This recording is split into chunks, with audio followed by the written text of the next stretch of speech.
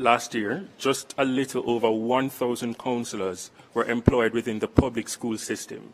In some cases, one counselor served up to 3 schools. That's one individual to thousands of students. Your 2025 manifesto promises a Jamaican education system that is globally competitive. How do you plan to fix the student-counselor ratio? Thank you very much for the question. Indeed, it is our intention to ensure that we have an improved education system. The current reality is that it is moving in the wrong direction. In 2015, literacy in Jamaica was 84%. Currently, it's 65%. Indeed, in 2015, 5 subjects, including math and English, was 28%. Currently, it is 19%. In fact, to use mathematics, which the government has recently celebrated, after last year, the minister indicated that it was a critical problem.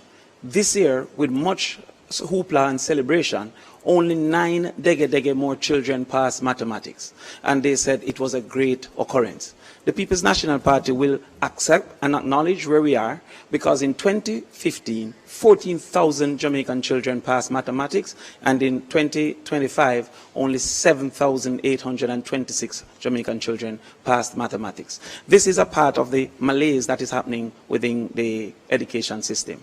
What we will do in particular, as it relates to guidance counseling, is to incorporate and hire more guidance counselors, but also to form the Department of Socialization to utilize not only the guidance counselors, the deans of disciplines, and also the persons who are most familiar with the children, which would be the form teachers. That will expand the number of adults to children ratio and have the guidance counselor be informed by those who are most related to the students. JLP, your rebuttal. The Jamaica Labour Party believes in our children, and it believes in their social well-being, their mental health, and their support to ensure that they will be their best selves and then become the best productive citizens of Jamaica.